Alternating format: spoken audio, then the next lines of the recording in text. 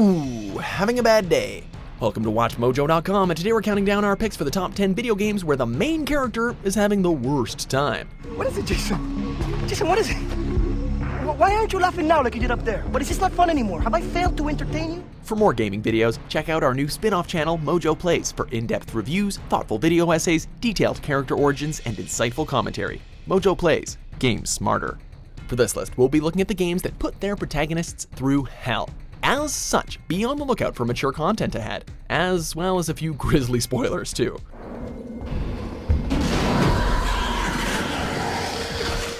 Number 10, Jason Brody, Far Cry 3. Did I ever tell you the definition of insanity?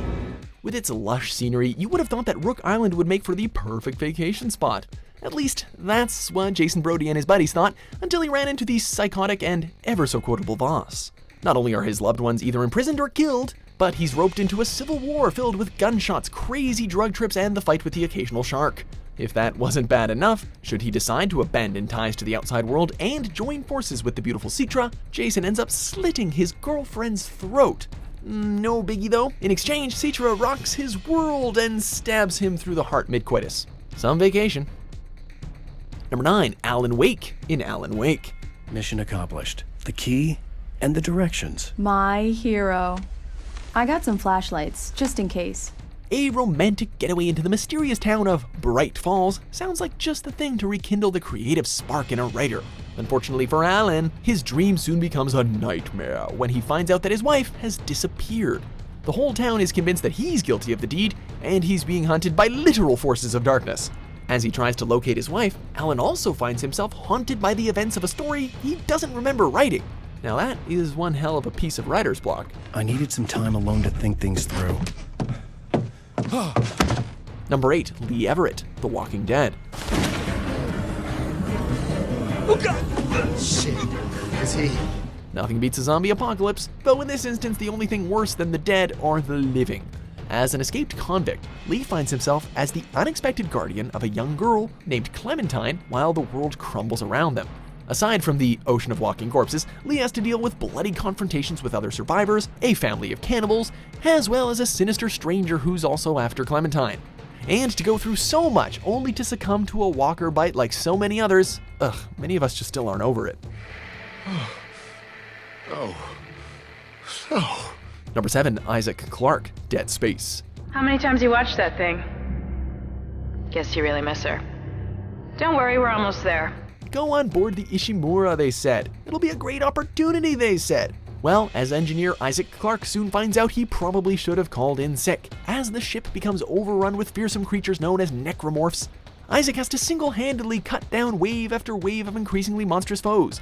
Throw in a crazed cult, a severe lack of assistance from the rest of the crew, as well as hallucinations involving his deceased girlfriend, and by the end of it, had probably wished he'd pursued an arts degree instead. Number 6, Daniel, Amnesia, The Dark Descent. Where did the Baron go?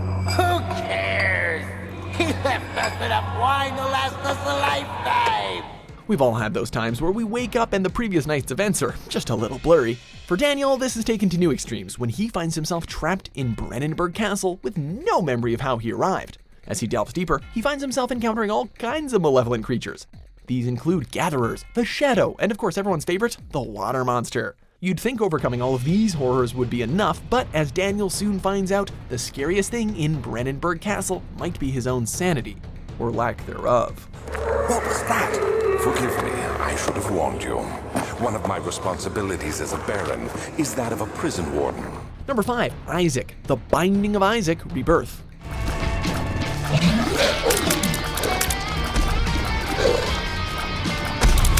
Inspired by the ever-so-pleasant biblical tale of Isaac, our poor protagonist might just go on record as one of the most unlikely child characters ever conceived for a video game.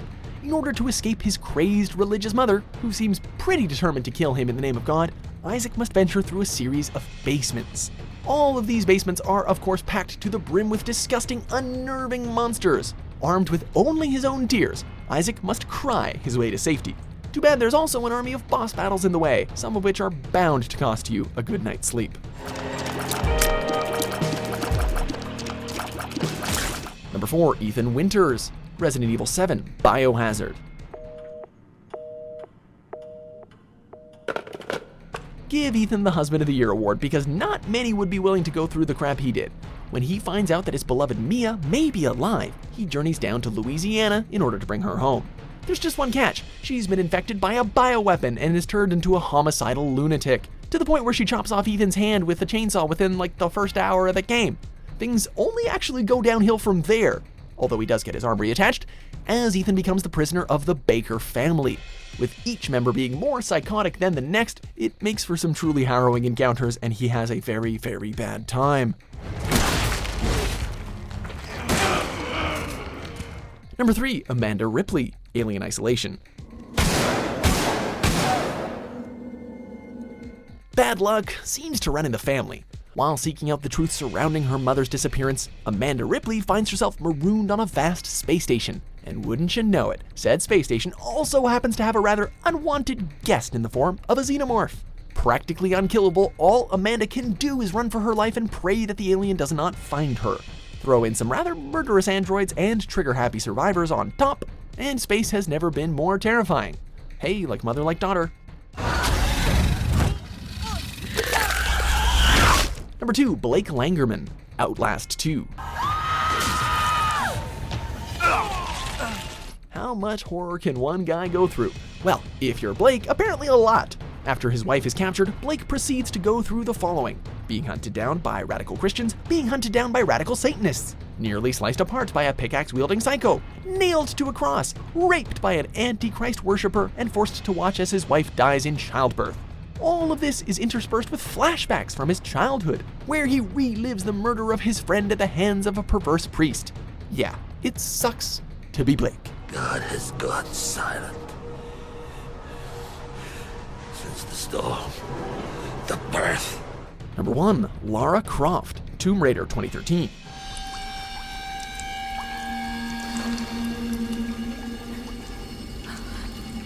The retelling of Lara Croft's origin allowed us to witness the birth of a true survivor, not to mention one of gaming's most badass female characters. Of course, the path to become said badass was not an easy one. In fact, it was downright shitty. We are of course talking about her infamous death scenes, which managed to put many a player on edge just from the realistic approach alone. Attacked by wolves, forced to cauterize her own wounds, getting impaled through the throat, Lara does not have it easy in the reboot. Do you agree with our picks? Check out these other great clips from WatchMojo and subscribe for new videos every day.